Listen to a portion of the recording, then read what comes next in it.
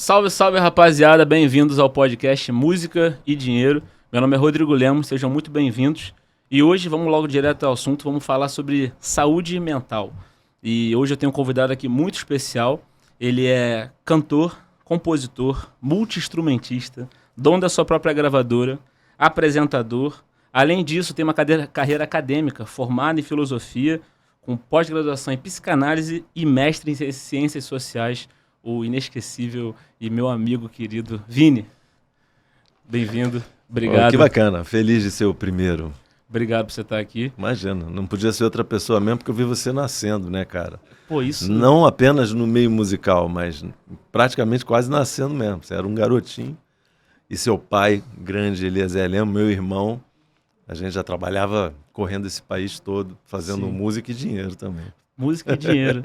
Cara, você sabe que, assim, antes de começar até a falar sobre isso, pra mim é um marco muito legal, assim, tá aqui hoje conversando com você. Obrigado. Como você bem falou, eu cresci nos bastidores, em muitos shows seus, e hoje tá aqui, pô, conversando contigo. Que bom, fico feliz. É muito legal. Somos família. Somos família. E, cara, eu te convidei justamente para isso, assim, eu recebo muita mensagem de gente que está começando, artistas profissionais, e as pessoas têm dezenas de questões, mas eu acho que uma questão principal, assim, é a nossa preparação mental, a nossa cabeça, como a gente lidar com isso. Sim. E eu estudando um pouco melhor da sua história, eu vi que você, de fato, explodiu ali já na casa dos 30 anos. Não era nem um pouco garoto, né? Já tinha dado umas voltas no quarteirão. Já tinha dado uma volta. Eu queria entender, assim, o quanto que isso te ajudou, de alguma maneira, em saber lidar com toda aquela exposição e toda aquela fama, né, repentina que veio. Eu acho até, não sei, mas eu penso que isso é um fator. Talvez não seja o mais relevante, porque quando acontece um fenômeno como mexe a cadeira naquele momento em que não havia nem internet, a coisa explodiu de uma forma orgânica, aquilo de alguma forma tocaria até o mais experiente dos homens, sabe? Porque é uma parada muito modificadora em todos os sentidos. Você acaba tendo a tua vida pessoal modificada, né? A sua vida financeira nem se fala. Os seus amigos de infância te veem de forma diferente. Então é muito pouco provável que você esteja preparado mesmo, de verdade, para qualquer coisa parecida com isso, ainda que você tenha 30, 40 anos. Bem verdade é que com 18 tudo é mais complicado. Qualquer dessas coisas é muito mais complicado, né? Eu acho que eu tive muita sorte também em ter tido perto de mim pessoas que fizeram parte do meu time e fazem parte do meu time até hoje, como é o caso da minha esposa. Eu já era casado há 6 anos quando a coisa rolou. Né? A minha família, que sempre foi muito humilde, a gente sempre morou em lugares horrorosos, assim, sabe? Em comunidades muito pobres. A gente vem dessa realidade, assim. Isso não necessariamente faz com que você tenha o pé no chão, porque pode ser justamente o oposto. Né? A falta de qualquer estrutura faz com que você descaralhe e vire um doido, né? Saia fazendo tudo que não pôde. Mas no meu caso foi diferente por conta da estrutura da família também. Apesar disso, a gente também sempre teve muito junto. Eu, minhas 2 irmãs, minha avó. Eu sempre fui o único homem da família. E naquele momento ali, hoje isso não tem muita importância, mas naquele momento da vida tinha. Sim. Estamos falando dos anos 70, nos anos 80. Os salários ainda são muito distintos, né, entre homens e mulheres. As oportunidades também são. Mas tudo isso naquele momento vamos dizer, elevado à 8ª potência. Era realmente muito diferente você ter um homem dentro da família. Sim. Né, que pudesse gerar recurso. E não tinha. Então eu cresci um pouco com essa entre aspas, carga, responsabilidade. Né? Então... E aí você decide ir pra música, né? Pois é. Essa responsabilidade, porque eu acho que... Irresponsabilidade naquele momento. Né? E ainda mais assim, pela sua história, que você foi cursar Direito. Tem a história do Dr. Sardinha, que eu adoro também. Dr. Sardinha, grande amigo. E você larga a faculdade de Direito para se dedicar à música. Eu já passei por isso na minha vida, de largar uma carreira para poder seguir, apesar de que eu já tinha um pai que já trabalhava com isso, mas mesmo assim o lado da mãe ficou, cara, você é louco, você tá Dá medo, largando, né? Dá medo você mesmo. tá largando uma carteira assinada, Certo né? pelo incerto. Tudo. Então, assim, acho que ainda mais você sendo o primeiro da sua família em fazer isso, como é que também tua família nesse momento reagiu? Você, cara, vou tocar em barzinho, vou tocar... Você conhece bem a história, porque a gente já falou Uhum. sobre isso várias vezes, até para aprontar um certo... Era um workshop, né, para falar a respeito de carreira Mentoria. e tal. Então, assim, a minha mãe ficou muitíssimo preocupada, porque, como você falou, eu já tinha um emprego legal dentro da Bradesco Seguros, já trabalhava no departamento jurídico, faltava muito pouco tempo para eu me formar em Direito, eu larguei a faculdade faltando praticamente um semestre, Caraca. ou seja, 6 meses, né? É bem verdade que eu ainda tinha alguns créditos, mas o grosso da parada teria 6 terminado meses. ali. E se eu tivesse terminado, talvez eu não tivesse feito tudo o que eu fiz. Porque aí é como se eu tivesse entrado dentro da bola de uma vez e pronto, falar, agora fudeu, agora eu não vou nessa mesmo. Então era tipo assim, o último chamado aos 45 do segundo tempo, falar, ou é agora que você larga tudo isso e se dedica ao que você ama fazer, ou então fudeu, é pra sempre. Acabou. Você estaria E até eu hoje lá. optei pela primeira opção, né? Que bom. E claro, foi um banho de água fria na família inteira. Todo mundo ficou muito preocupado, porque eu já estava começando a ganhar legal, já daria para sair da vila onde a gente morava. Eu chamo de vila, mas era um cortiço. Já daria para sair daí um par de anos, sabe? E dar entrada num apartamento. E vida normal guy, como diz meu filho, sabe? Vida normal. Normalidade, E eu abri mão de tudo isso para tocar em boteco, que era o que dava para tocar, era o que tinha para ser feito com música naquele momento da vida. Então dá muito medo, muita insegurança, mas, cara, não sei nem se foi uma coisa muito pensada. Foi pensado, porque se você pensar que os sentimentos são gerados no cérebro, não no coração, o coração é apenas uma bomba, né? Mas eles são todos gerados na sua psique, na sua mente, chame como quiser. Foi pensado, não sei se foi pensado de forma muito consciente.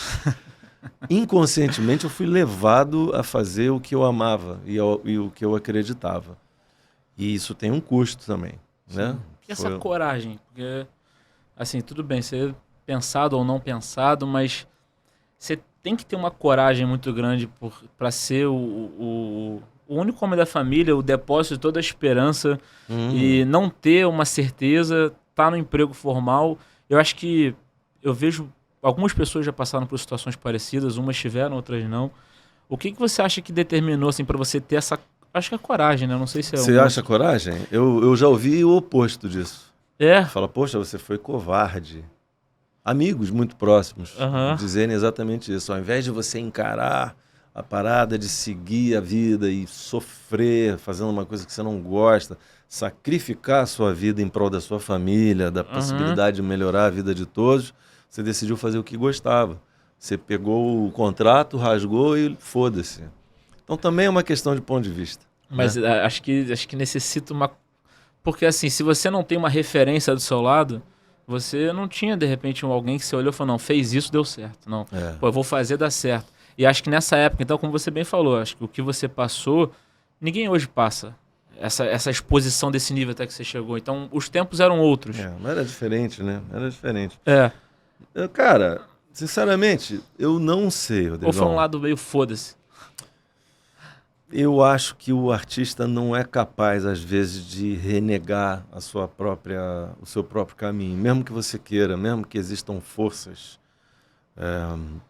opostas que te levem para uma direção e que essa direção pareça ser bastante mais lógica, é uma falta, uma sensação de que tem um rombo gigante dentro de você.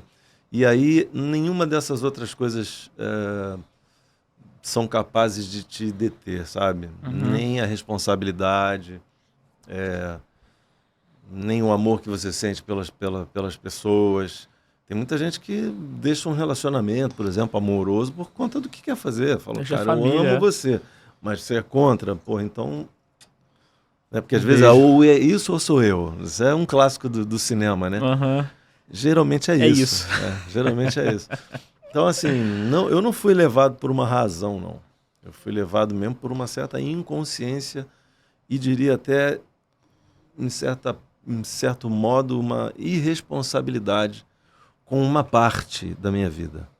Porque eu também preciso me responsabilizar por uma outra parte da minha vida, que sou eu, né? Sim. E todos os anos que eu terei de viver com a decisão que eu tomei.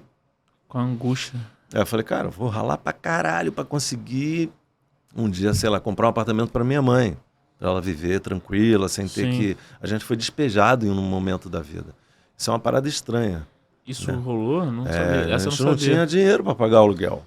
Isso é uma coisa que acontece diariamente Sim. com muitas famílias brasileiras, né? Então, isso era algo que não me deixava em paz.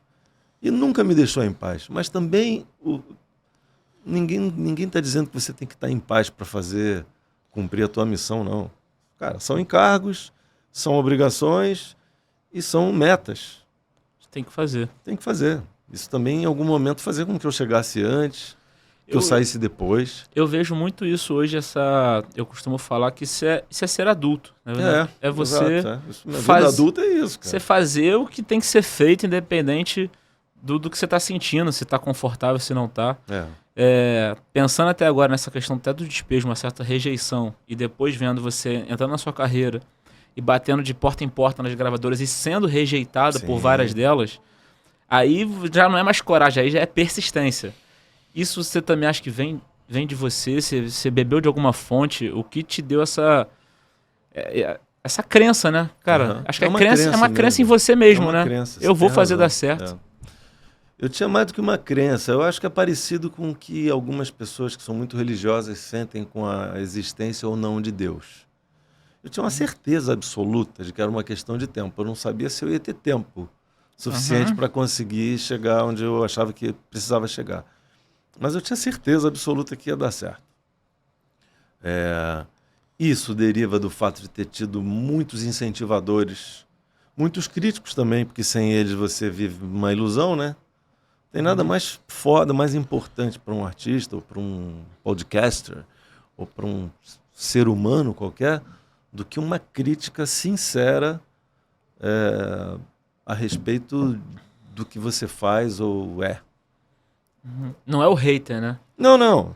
A crítica não é necessariamente uma rejeição ao teu comportamento ou ao que você faz ou é. Mas também pode ajudar. É uma observação, às vezes. Uma observação mesmo. Crítica, falar. né? Uma crítica. Literalmente. Olhar, a filosofia é basicamente crítica.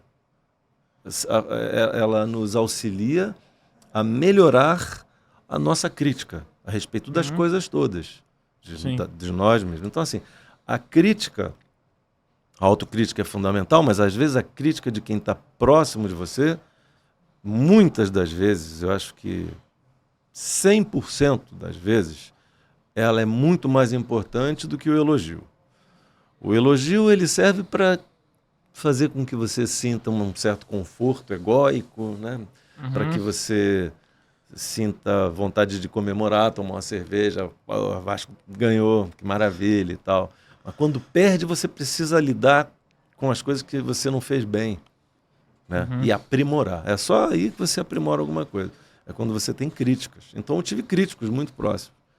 E aos pouquinhos eu tive a chance de ir aprimorando o que eu fazia. Entender o que era demandado também. Fala, entendi. Então eu estou fazendo isso, mas o que tem aqui de espaço para eu fazer não é isso. É outra coisa. Essa é uma visão empresarial, né? Totalmente. Uma visão empresarial. Você entendeu Porque eu também já me deparei com vários artistas que têm aquela máxima de essa é a minha arte, é o que eu vou fazer, independente do que o mercado está querendo ou não. Aplaudo. Que também aplaudo, mas não compartilho. Como empresário, sempre falo, cara, se você quiser pagar suas contas e, além da música, ter o dinheiro, você, de repente, é importante você ter essa visão, né? Que eu acho que é isso que você está falando, dessa visão empresarial, de entender o cenário, o que você tem e como você pode se adaptar. Exatamente. Você falou a palavra que eu ia usar agora. É adaptar. Você não precisa se prostituir, né? Vou dar me veio à mente aqui uma história muito engraçada que aconteceu comigo, né? eu tinha uma banda de rock chamada Haikai. Depois disso, eu fiquei conhecido pelas pessoas como um roqueiro, né? Cabelo comprido, sempre mais ou menos foi assim mesmo. Provindo de uma banda de hard rock, com Marcelo Susequinde, com Roberto Lira, a galera... Grande Roberto Lira. E aí eu meio que fiz parte de um pequeno cenário do rock carioca ali nos idos dos anos 90. E, bom, mais ou menos a gente se conhecia, se encontrava no Baixo Gávea, na Lapa, sabe aquele reduto ali? Uhum. E um belo dia, o Liber Gadelha fez o remix de Mexe a Cadeira contra a minha vontade.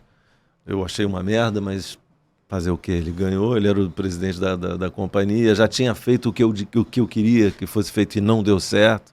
Que era a música com o Benegão, né? Com o Benegão, do Plant Ramp. É. E aí, cara, a coisa explodiu e eu comecei a frequentar os programas de TV, não é? E aí eu encontrei com um roqueiro, não vou citar o nome, mas um roqueiro de uma banda importante aqui do Rio de Janeiro. Ele falou, porra, cara, tô te vendo aí, todo bonitinho agora, porra, ganhando dinheiro, mas, porra, tocando Mexe a Cadeira, mano, o que aconteceu contigo? Pô, tu traiu a gente, mano. Pô, traiu a gente o movimento. tinha a maior fé em você e, pô, basicamente foi isso que ele disse. Traiu o movimento. Eu falei, cara, você tem toda a razão, traí mesmo. Tava difícil, precisava pagar as contas. Eu sou uma prostituta mesmo da música e tal. Mas estou fazendo muito show, né? Graças a Deus. Inclusive, eu pensei em você esses dias. Porque eu tô indo fazer uma turnê no Japão, de 8 shows. E era verdade mesmo. E eu lembrei de você, porque eu tô sem baixista. E aí pensei em te chamar, mas é óbvio que eu não vou fazer isso, porque você não é que nem eu, né? Você não é uma prostituta, você não vai querer fazer parte disso. Porra, velho, como não? Contigo? Porra, claro que eu quero ir, é evidente que eu quero ir. Então, assim, demagogia à parte, a gente quer pagar as contas também, com a arte, sabe? Eu acho que é muito bacana você, quando pode, e eu falo isso muito com o meu filho, que é tatuador, e hoje toca bateria comigo também. Quando você pode, você talvez possa compreender o mundo de um certo ângulo, de um ponto de vista. Tipo, eu não abro mão, não faço concessão, a minha arte é isso e fim de papo.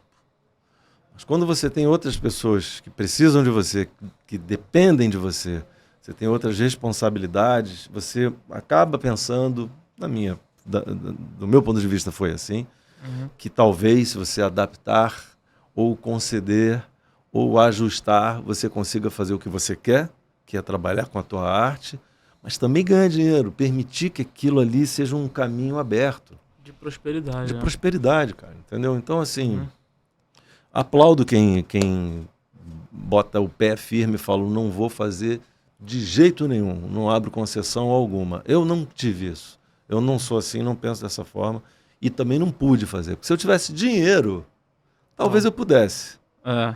Mas não pude. Dinheiro e música. Música e dinheiro, é isso aí.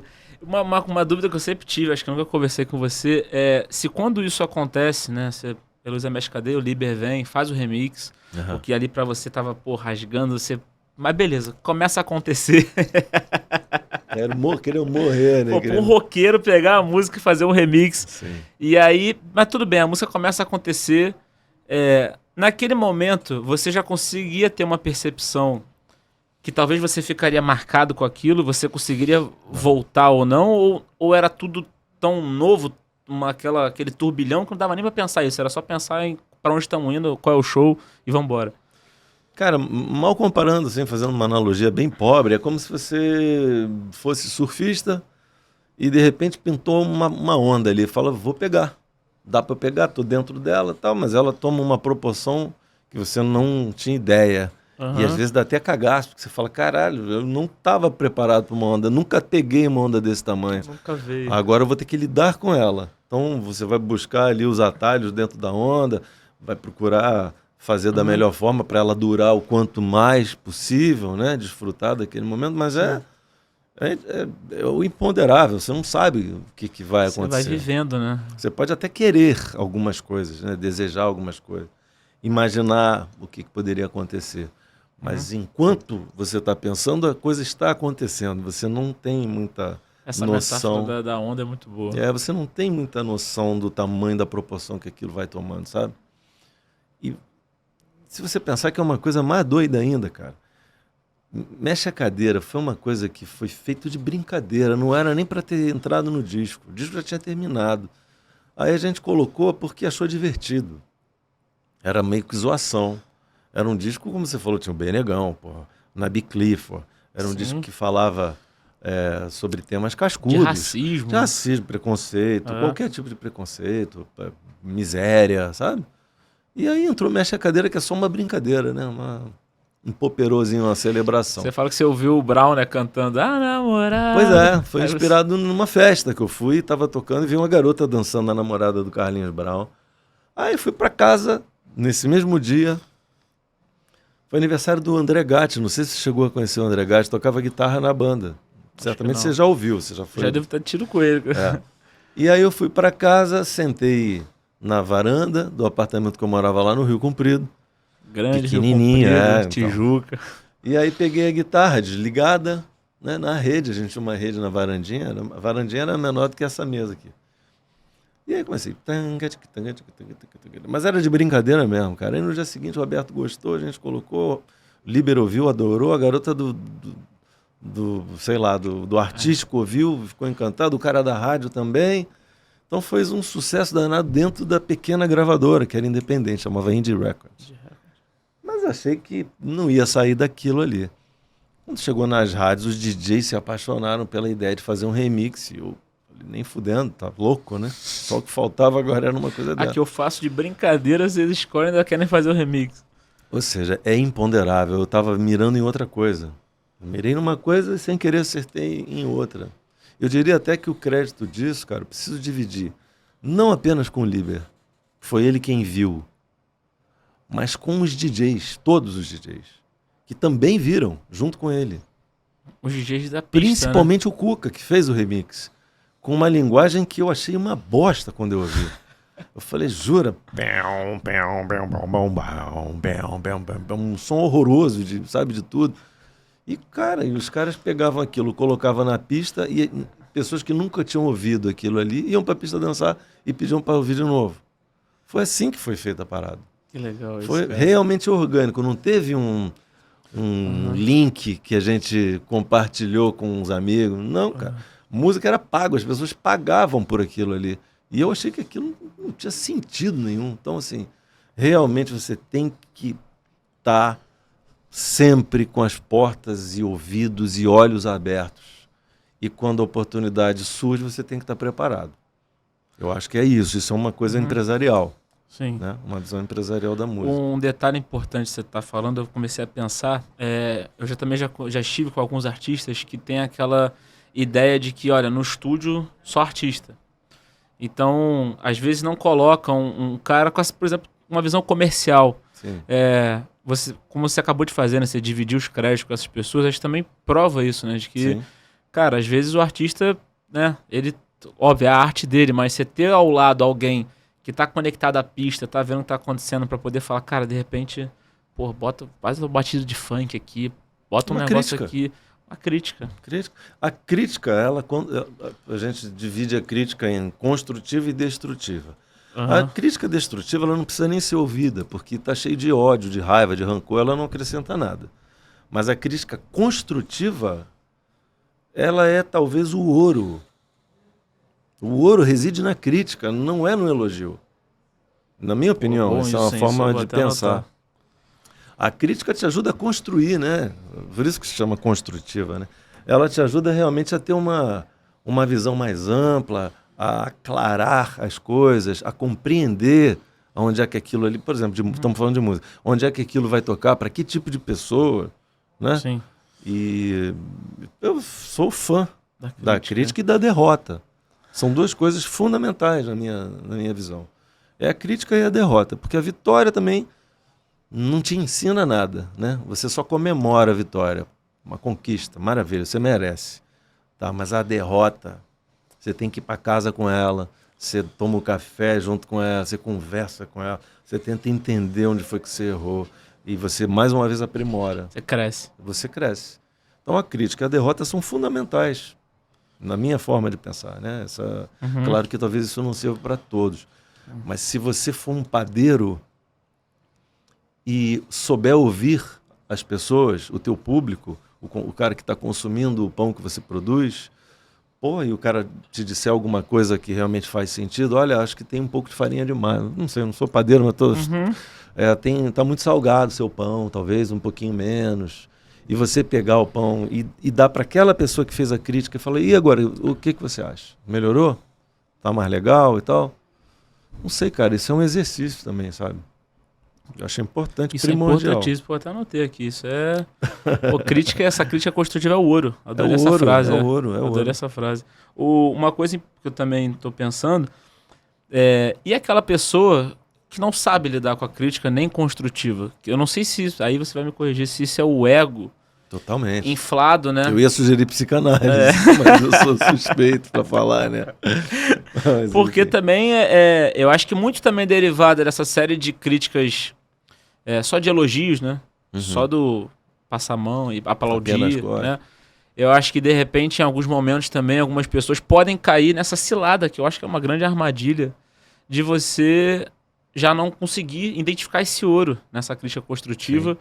E deixar o teu ego abafar isso. Isso é uma cilada, né? Porque é feito para cair nisso, né? Eu acho que quem não tem esse preparo ou essa visão, não sei se é espiritual, não sei o que é, mas é feito para cair, porque os casos de pessoas que já caíram nessa mesma armadilha Sim. é ilimitado. Acho que isso tem um pouco a ver também, acho que a gente deve falar sobre isso, com a historicidade de cada pessoa, sabe? Como que ela se formou, eu digo como ela se formou em uma pessoa, né? De onde surgiu, qual é o núcleo daquilo, porque isso tudo interfere muito na segurança que você pode vir a sentir ou na insegurança constante que você pode vir a sentir também. Então a gente está falando mesmo de psicanálise, estamos falando de ego, estamos falando de uma parte da sua estrutura psíquica que precisa de atenção, né? Que precisa ser revista, precisa ser conhecida, porque às vezes nem sequer é conhecida. Então, assim, tudo isso deriva muito da vida que você teve, das coisas que você sentiu. De onde vem, o que comeu, de onde... O que ouviu, né? O que ouviu. Ou o que não ouviu. O que leu, o que não leu.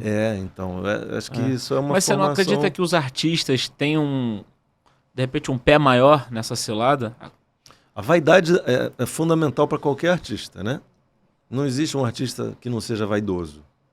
Não existe. A arte é uma expressão da sua própria vaidade. Né? Você quer ser amado. Não existe nenhum artista que faça uma arte qualquer para ser odiado. Ou se ele fizer para ser odiado, na verdade ele quer ser odiado porque passa a ser amado por ter sido odiado. Tem um amigo meu, Pedro Baviera, que ele fala, irmão, artista precisa de aplauso. Claro, ou de vaia, se for essa a intenção, que é um aplauso.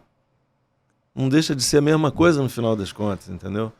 Então, assim, o reconhecimento, porque o que nenhum artista quer? Ser ignorado, né?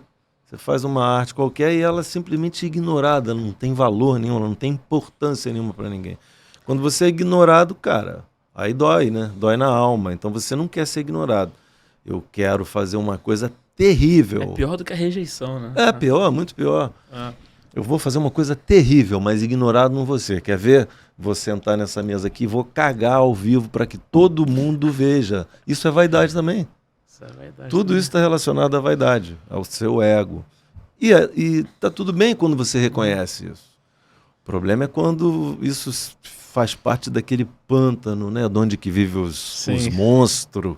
Na tua cabeça. Na sua cabeça, e você jamais puxa para conversar com o artista que você é, né? Em algum momento, você caiu nessa cilada? Não. Na tua carreira? Nunca. Eu já odiei ser criticado, porque eu achava crítica injusta, e aí eu revia a crítica, ouvia a música, e falava, puta merda, é justa. E aí ela passa a ter valor, sabe? Sim.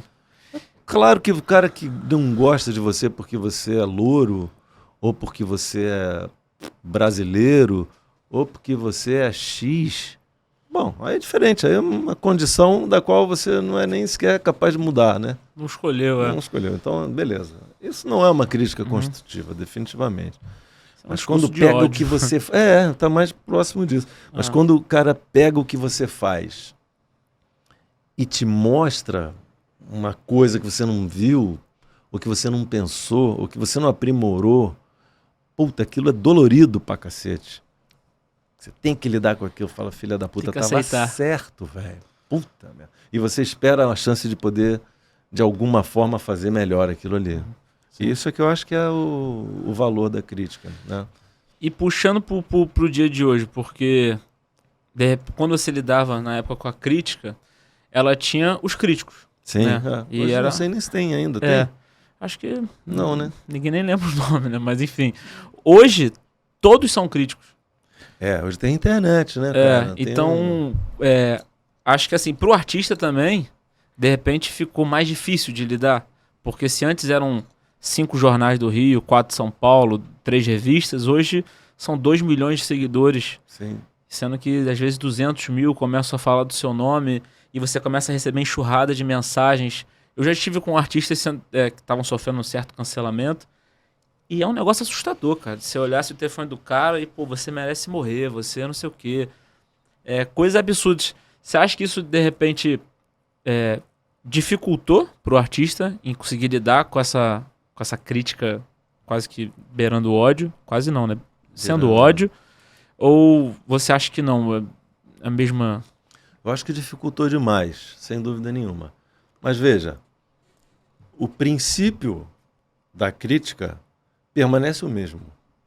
É o que ela é o que ela diz. Não importa quem é que diz. Não importa se é um crítico ou se são 2 milhões de pessoas falando sobre aquilo. Se aquilo tiver sentido, você vai ter que lidar com isso. E você vai ter que aprimorar o que foi dito.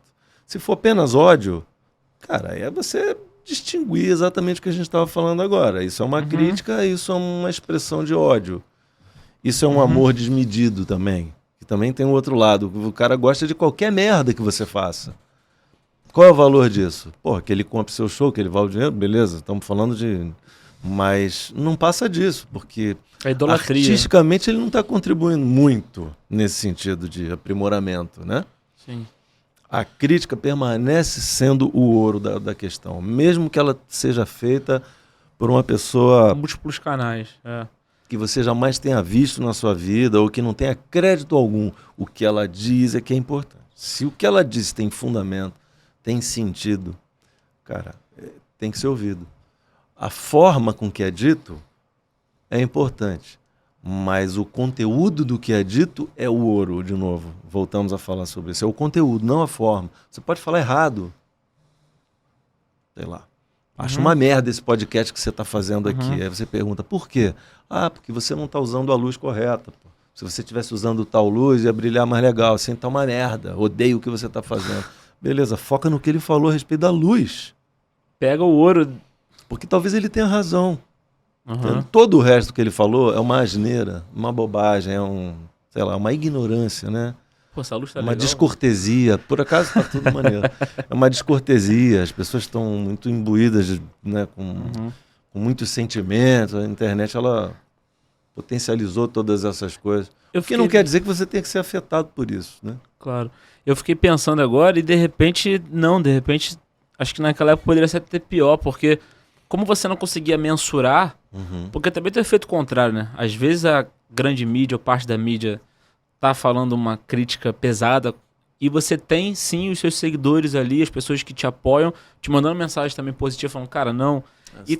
Você tem o contrapeso. Então, talvez nos anos 90, começo dos anos 2000, você não tinha esse contrapeso, talvez na rua, né?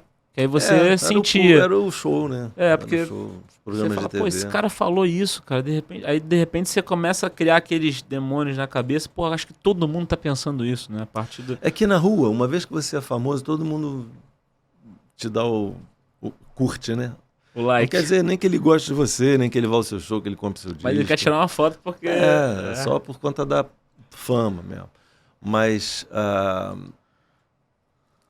eu não sei, cara. Eu acho que o problema é quando uma autoridade no assunto, que é o caso dos anos 80, 90, faz uma crítica e essa crítica ela é ouvida por muitos e passa a ser uma verdade também, que aí também é um problema, né? Por conta da autoridade desse cara.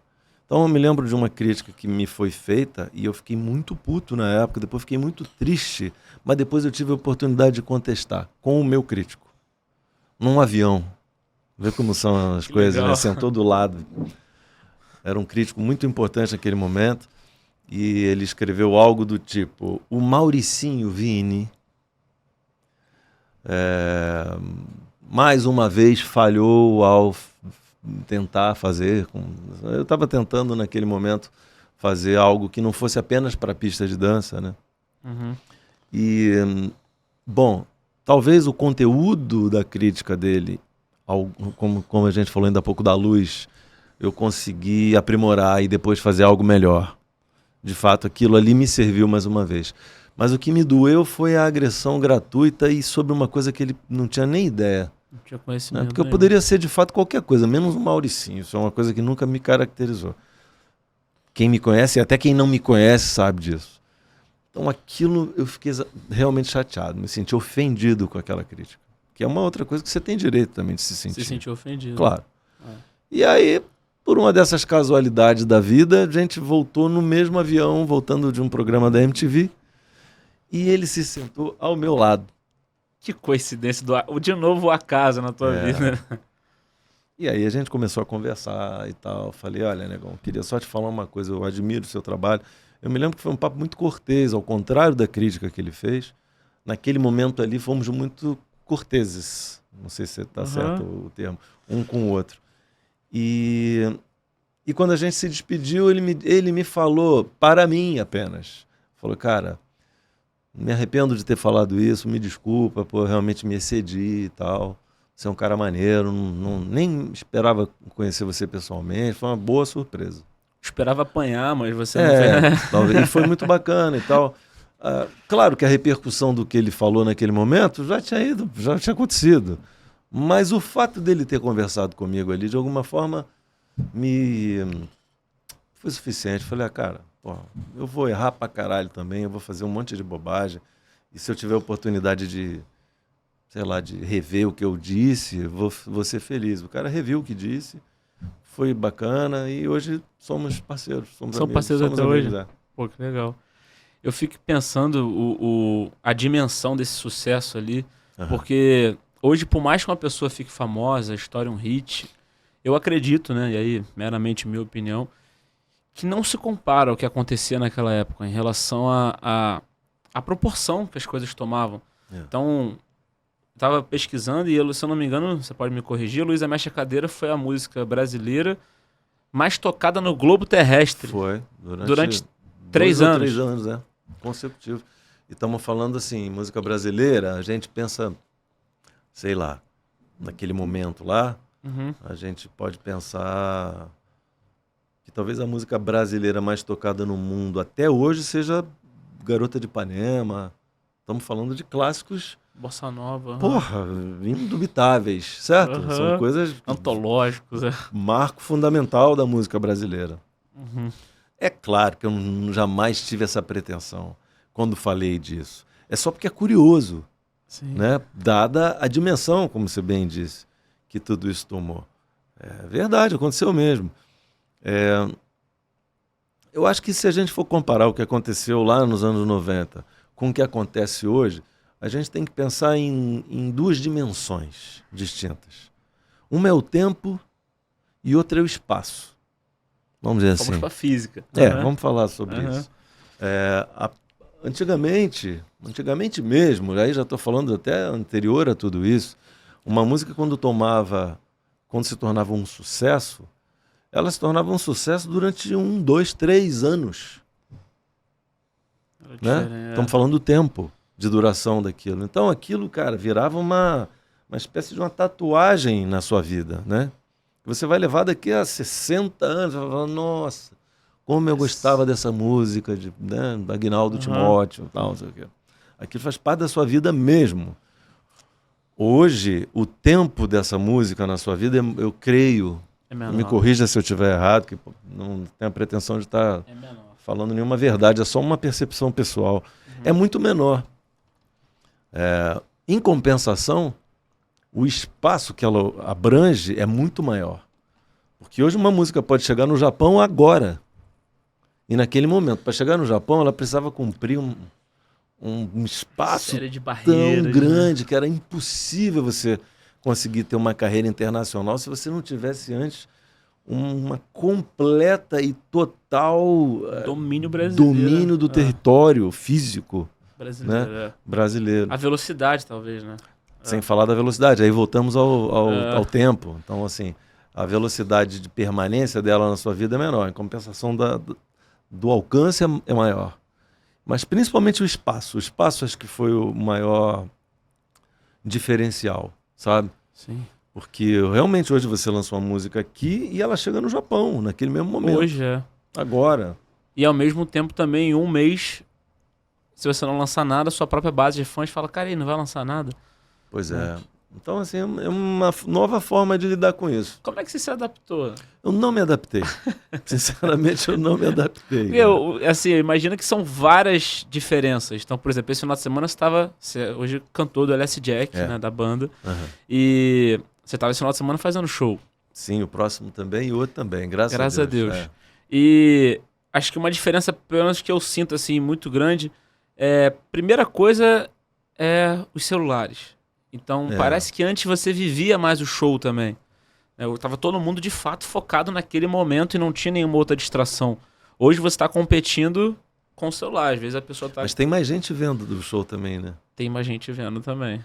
Você está tocando, sei lá, esse fim de semana a gente tocou em Rio das Ostras, numa cidade da Costa Verde, né? Não, Costa Azul. Costa Azul. Aqui, região dos Lagos. Pô, eu recebi mensagens da galera, sei lá, da Itália, que estava assistindo o show, junto com a galera que estava no show ali. Então, assim, é uma nova forma, é um mundo novo. A internet, ela mudou o mundo mesmo, a maneira com que a gente lida com tudo.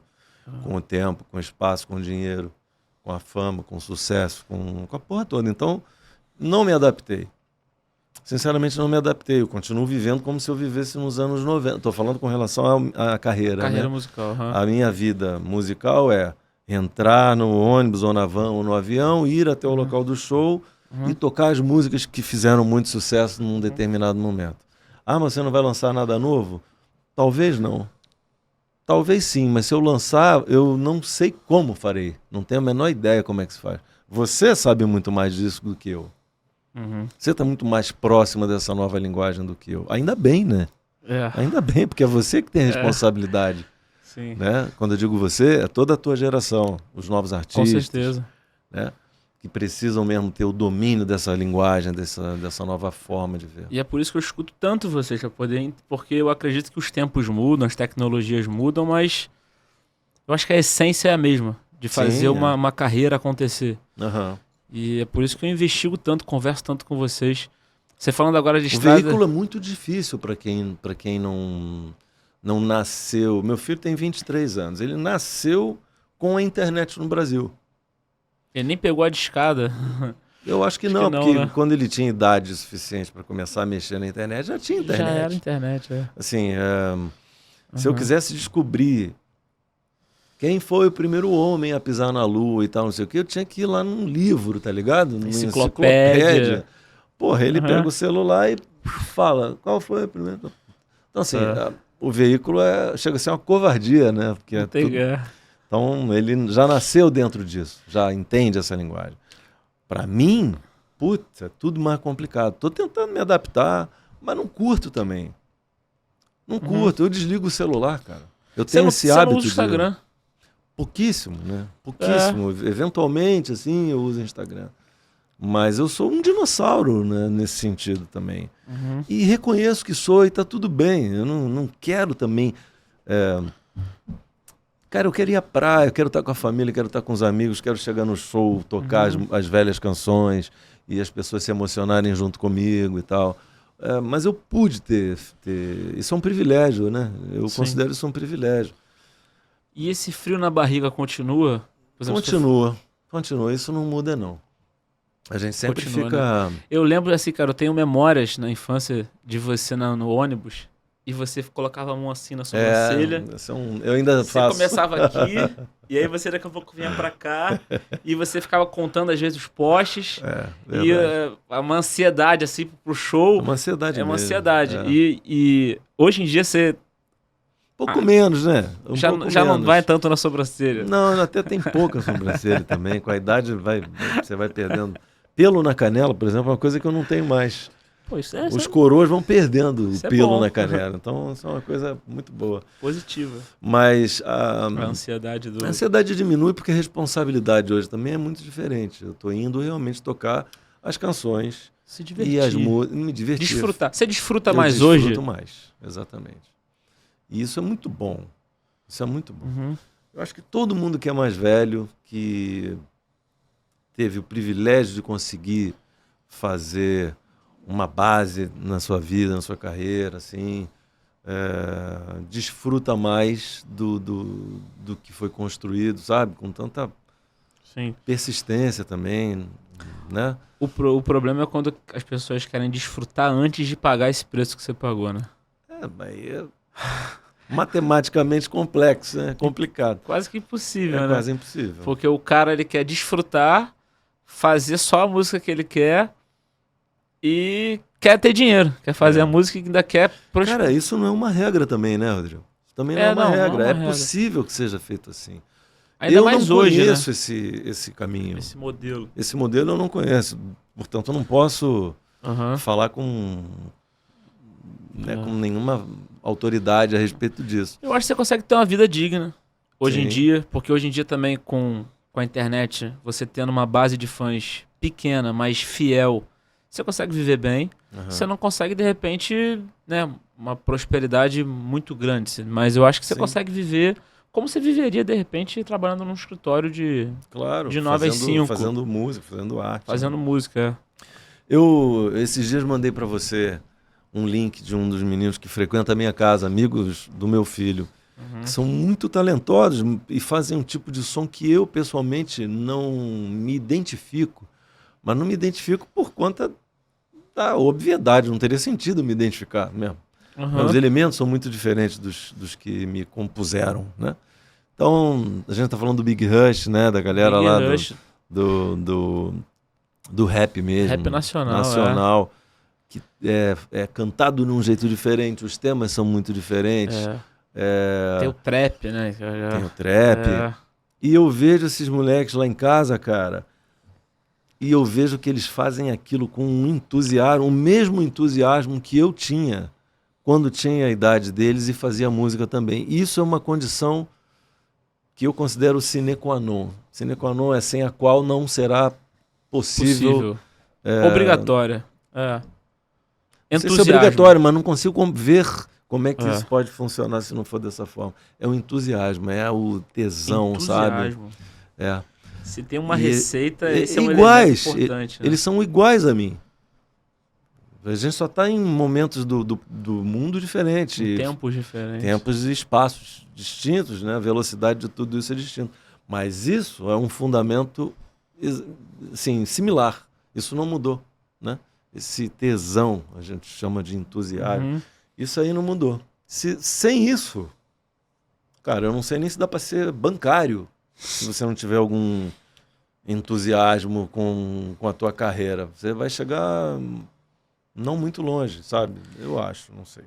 Eu acredito que nessa... Nada contra os bancários, eu já fui bancário, inclusive, tá? A clássica é bom você não ter problema, é bancário. Mas eu acho que nessa equação, de repente, o entusiasmo é primordial. E essa também que a gente falou no começo essa espécie de autorresponsabilidade, entender que é você que tem que fazer. Porque também tem muitas pessoas que vivem naquela ideia longínqua de que, cara, alguém vai me ajudar, alguém vai me olhar, alguém vai me esforçar, alguém vai me descobrir. E quando eu vejo as histórias que deram certo, como a sua, eu vejo o quanto você persistiu de ir de gravadora, e as derrotas que você falou. Então, cara, foram mais de 20 vezes o mesmo circuito.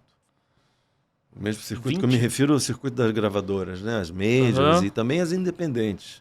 Todas, foram mais de 20 vezes. 20 vezes o circuito, com né? trabalhos distintos, com trabalhos diferentes. Não é que eu peguei a mesma fita demo. Fita demo é bom a gente esclarecer do que se trata também. Não tem nada a ver com seita demoníaca, não. A fita demo era um cassete. Momento glossário aqui geral, do podcast. Ou até mais contemporaneamente um CD que a gente gravava e era uma demo de demonstração. Você pegava aquilo e levava nas gravadoras para os diretores artísticos ou o pessoal da gravadora conhecer o que você fazia e ver se interessava ou não para você assinar um contrato com a gravadora e aquilo se tornar um lançamento, quem sabe, né? Mas esse circuito das gravadoras, a RCA, que depois virou BMG, sei lá, Sony, Warner, Polygram, que depois virou Universal, Você já tinha DEC, Copacabana, DEC, a DEC foi bem depois. Mas tudo isso aí eu fiz mais ou menos umas 20 vezes, se não mais. E como que você fazia? Sempre era, ok, mas ainda não é. E como na prática você fazia? Você pegava, ia lá... Tocava na noite, né? Meu trabalho era esse. Tocava na noite, tocava no dia também. Eu tocava às vezes num almoço que tinha num aquilo do lado da minha casa. E eu me lembro que eu ganhava R$50 por 4 horas. Mais o almoço ou não? Às vezes. Isso é importante. Mas a comida não era muito legal. Não era legal, não. Não. E ninguém ouvia, mas era o meu trabalho, cara. Então, assim, durante aquelas 4 horas, das, sei lá, 11 até as 3 da tarde, enquanto tinha gente ali comendo, eu ficava tocando violãozinho atrás do fogareiro, tá ligado? Um calor bizarro, mas era 50 conto. 50 conto no final do mês, eu tocava ali uma vez por semana, era um duzentinho. Duzentinho já dava para pensar na possibilidade de alugar um espaço no estúdio para gravar uma fita demo, demonstração, para poder pegar aquilo e levar na gravadora. Então, assim, você tinha que gerar recurso para gerar conteúdo, né? Para gerar oportunidade. E esse movimento também que você estava fazendo gerava também, de repente, networking também, né? Com certeza, lógico. A rede de contatos. Porque também você ficar dentro de casa... Tudo gerava. Tocar no almoço gerava. O fato de estar expondo ali o que eu estava fazendo, não eram as minhas músicas, mas, sei lá, um cara que trabalha ali no escritório do Banco do Brasil, né? Isso aconteceu mesmo, de fato. Um dia ele chegou e falou, tá a fim de tocar na festinha que a gente vai fazer do fim de ano lá da galera do banco e tal? Eu falei, claro, quanto é? Que a gente... é tanto, tal. Era 8 vezes o que eu ganhava ali. Caraca. E eu tava tocando ali, num lugar onde ninguém me olhava, ninguém sabia quem eu era, o que eu tava fazendo e tal. E isso eu aprendi com um amigo, e foi uma crítica que ele me fez. Esse amigo era pai da minha namorada, na época. Ele era artesão, ele morava na roça. E uma vez ele me disse assim, falou, olha, Vini, vou te falar uma coisa que eu não estou vendo você fazer, mas você diz que me admira, porque eu vivo da minha arte, né? Eu gero, consegui fazer o que você quer fazer. Então, o que eu fiz e que você não está fazendo é o seguinte, eu ocupei todo e qualquer espaço e oportunidade que surgiu no meio do caminho. Então, assim, se surgiu a oportunidade de você tocar num quiosque lá em Quintino para ganhar tanto, mano, você tá fazendo o que nesse dia? Nada. Então você tem que ir. Porque aquilo ali é seu. Aquele espaço surgiu para você ocupar. Ocupe. Se você não ocupar, lembre-se de que você não está ocupando porque você não quer, não é porque você tem outro compromisso e não pode ir, né? Por acaso acontecer outro espaço melhor do que aquele, no mesmo horário e tal, ocupe. Agradeça, vai lá, abraça o cara que te ofereceu o espaço, seja grato e ocupe o outro. Mas não deixe de ocupar nenhum espaço, porque isso parece que faz parte de uma rede racional que faz com que você, aos pouquinhos, vá construindo uma parede, sabe? Que é um tijolinho de cada vez, né? Um tijolo de cada vez. Então, cada vez que você ocupa um espaço, mesmo que não seja aquele que você merece, aquele que você quer e tal, cara, você está cumprindo a tua função de operário do seu próprio trabalho, né? Eu acho isso imprescindível. Isso é a minha forma de ver. Pode ser que aconteça de outras formas, mas a minha experiência é essa. Você contando essa história, pensei em 2 pontos. Um é sobre a diferença de quantidade de pessoas e qualidade das pessoas. Uhum. Assim como, de repente, você está ali no bar e um cara do Banco do Brasil, ninguém está ouvindo, mas um cara aparece e te possibilita um outro espaço Sim. com maior... eu costumo também falar muito isso pra galera, que cara, às vezes seu vídeo vai ter 50 views, mas de repente... Vai saber quem que viu, vai né? ver quem que viu, entendeu? De repente um view é de um cara que vai te possibilitar a passagem para um outro lugar. Com certeza. Então nunca subestime o poder de uma visualização. Eu não quero me apropriar aqui de uma história aqui da qual eu não fiz parte, pelo menos não naquele momento, que é a do LS Jack. A gente está falando do LS Jack. O LS Jack foi tocar num show, se não me engano, numa casa noturna e, porra, não tinha ninguém, a não ser uma mesa. Uma mesa. Naquela mesa estava o Liber Gadelha, que era o presidente da Indy, que contratou os caras no dia seguinte. Não tinha ninguém além deles. Só tinha eles ali. E eles fizeram um show, sem saber que eles estavam ali. Eles fizeram um show como se aquilo estivesse cheio, como tem que ser feito também. Porque aí a gente volta a falar do respeito, né, ao teu trabalho. Se tiver uma pessoa te vendo, mano, ela é tão importante quanto todas as outras pessoas. Eu nunca fiz um show diferente porque o lugar estava vazio. Ou porque estava mais cheio também. Sim. Pode acontecer da troca de energia ser distinta. Claro, isso é matemático também, né? Claro. Mas o tesão, o entusiasmo, a vontade de fazer com que aquela pessoa conheça a tua arte, desfrute dela, tem que ser o mesmo. E me corrija se eu estiver enganado, mas eu acredito que você fazer o show para uma pessoa, além de ser mais difícil do que para 100 mil, te aprimora e te molda. Sim. Muito mais. Por exemplo, essa tua experiência com o barzinho, eu imagino que isso foi fundamental também na tua trajetória, na tua carreira, de você aprender a agradar, né? De não... Você não aprende só a agradar, você aprende a lidar com as adversidades, né? Porque quando você é um bêbado que surge. Cara, é o imponderável, né? O acaso. É o imponderável, é a falta de luz, por exemplo. Já aconteceu de faltar luz na pizzaria. Mas a galera tava lá, tava todo mundo tomando cerveja. Eu falei, bom, então... Lá no Gogó. Vou puxar a cadeira, vou me aproximar da galera, porque o palco estava longe, pedi permissão, falei, bom, galera, faltou luz, o que eu faço? Toco, sigo, falo, pô, por favor, tal.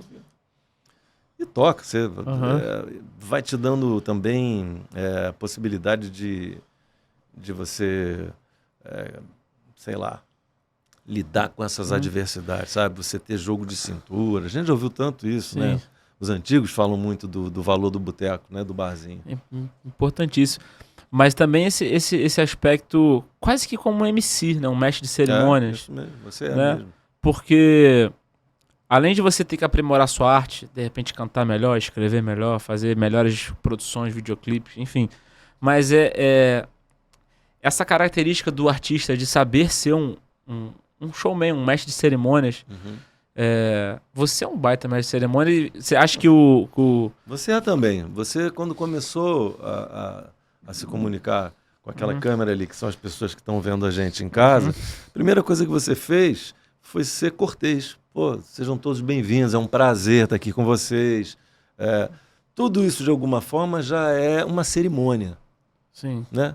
Mas é uma cerimônia importante e imprescindível, porque você se apresenta, você... traz as pessoas para próximo de você, né? Você faz com que elas se sintam à vontade, que elas desfrutem daquele momento ali. Isso tem a ver mesmo com boteco também. Tem tudo a ver com boteco. Tem tudo a ver. E isso você depois superlativa quando você vai tocar no Rock in Rio. Por exemplo, eu tive o privilégio de tocar no Rock in Rio para 260 mil pessoas. Gente pra caramba. Foi o maior público? Não foi o maior público. Eu toquei para 1 milhão e tanto de gente no 1º de maio lá de São Paulo. Caralho. E foi sozinho, só com violão. Foi incrível. Mas é que o Rock in Rio é um palco icônico, né? Então, assim... faz parte da história da música brasileira. Exatamente. Né? Mas a cerimônia é a mesma. Cerimônia no melhor sentido, né? A cortesia, vamos dizer assim, o protagonismo naquele momento ali, é você quem está com o microfone ali na sua frente. O poder do microfone, né? dependendo do que você falar, isso pode se voltar e muito contra você. A gente tem exemplos recentes. Sim, mas essa preparação, você acredita de fato que veio dessa tua caminhada, dessa tua trajetória? Porque Eu acho que sim. eu já vi muitos artistas que, pô, cantam super bem, fazem um baita show, mas o cara entra, não dá uma boa noite, não fala com as pessoas, não faz uma brincadeira, uma piada. Você sabe, também trabalhei um bom tempo com a Blitz, com o Evandro Mesquita, e é um outro cara também como você que eu vejo como um exemplo de showman, um cara que a partir da adversidade ele consegue fazer uma piada, todo mundo dá gargalhada, fala, cara, só o Evandro mesmo, pô. É improviso, né? O improviso. É. Uma coisa meio ator, né? É muito ator. Temos algo em comum com os atores, né? Você, quando canta uma música, você está representando, de alguma forma, está interpretando aquela parada. O ator está interpretando um personagem. Não é que você... Eu nunca me considerei uma pessoa no palco diferente da que eu sou, fora dele. Não é isso. Mas é que quando eu estou ali no palco, eu tenho uma função a cumprir. Eu quero que as pessoas saiam dali felizes, extasiadas. Elas estão pagando para te ver. Estão pagando para ter entretenimento. Né? Então é isso que eu quero cumprir. Isso é a minha função ali. Cara, isso aí é meio que nem namorada. Tem namorada que é simpática e você a ama, e tem namorada que é antipática e você a ama também. Isso vai ser a química que vai se...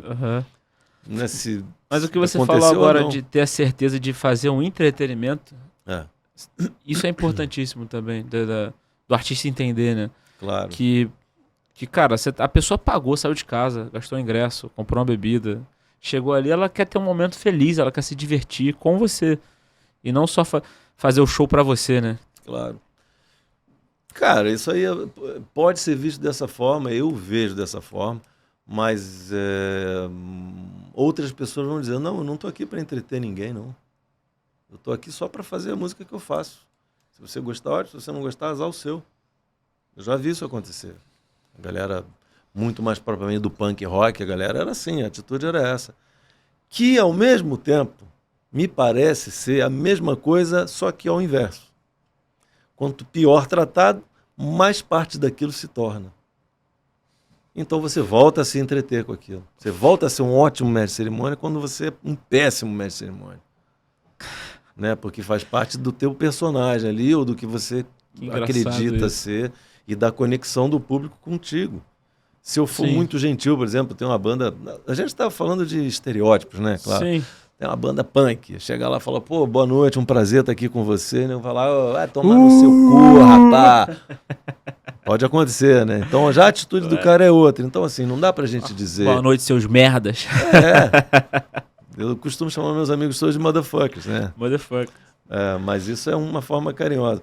É claro que é uma linguagem, né? A gente está falando de uma linguagem, de uma forma de se expressar que tem que ter conexão com a galera que está ali. Sim, total.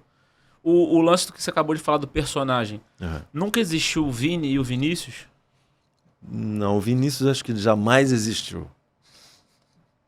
Freud deve explicar isso de alguma forma. Eu acho que eu me reconheço como pessoa sempre, e foi a primeira pessoa que fez com que eu me reconhecesse como pessoa, é a minha mãe. Né? É a primeira pessoa da vida da gente mesmo, ou seu pai, ou quem cumpra essa função. Né? Tem pessoas que não tiveram esse privilégio, ou tiveram mães tão ruins que tiveram essa maldição, mas não importa. Sim, é a primeira conexão, forma materna ou paterna, né? E minha mãe jamais me chamou de Vinícius. Nunca. Desde que eu nasci, desde que eu me lembro dela, sempre foi Vini. E a minha família também. É claro que a tua pergunta é diferente. Você perguntou se eu sou o cara que você vê se existe no palco. Um personagem, artista... Não, eu levei pro palco quem eu sou, cara. É uma adaptação, talvez, de quem eu seja, né? Porque é óbvio que tem nuances que não se dariam na vida cotidiana, no mercado, por exemplo. Tá fazendo compra, talvez, né? Mas eu não sinto peso nenhum, eu não sinto diferença nenhuma. Eu não sou iluminado por uma luz, sabe, especial para estar no palco. Não. Eu não sabia dessa, que Vini é desde sempre. Sua mãe sempre chamava de Vini. Né? Eu falo Vinícius é estranho. Nem para dar bronca. Meu pai te chama de Vinícius. Seu pai te chama, mas de onda, que foi sempre de Vinícius brincadeira. A galera do LS Jack também me chama de Vinícius. O Vinícius veio aparecendo então agora, né? É verdade. Mas é sempre para causar, de alguma forma, uma distinção. Mas essa distinção é uma forma de amor, não é um chamado de atenção ou algo parecido, não. Sim. Você acredita, de repente, que o Vinícius já esse teu lado acadêmico, já de repente é o Vinícius chegando? Também não é o Vini. Até gostaria que fosse. Mas mesmo na minha convivência com os amigos na universidade, na SBPI, né, onde você viu uma das aulas lá que eu tive o privilégio de ministrar também, de psicanálise e filosofia e tal, eu sou realmente Vini. Que legal. Mesmo ali. Mesmo atendendo. Durante a pandemia eu atendi muito, né? Prestei esse serviço do qual eu tenho muito orgulho também. Os atendimentos psicanalíticos, chame como quiser, psicoterapia. Para mim são sessões de conversa, né? Só que existe um método para aquela conversa, que é o método da psicanálise, e um olhar que também é baseado no mesmo método, né? Que é o olhar analítico. Mas é sempre a partir da conversa, das palavras, da exposição, da livre associação de ideias, né? Também sou Vini ali. Uma dúvida que eu sempre tive, para quem é indicado psicanálise? Para todo mundo.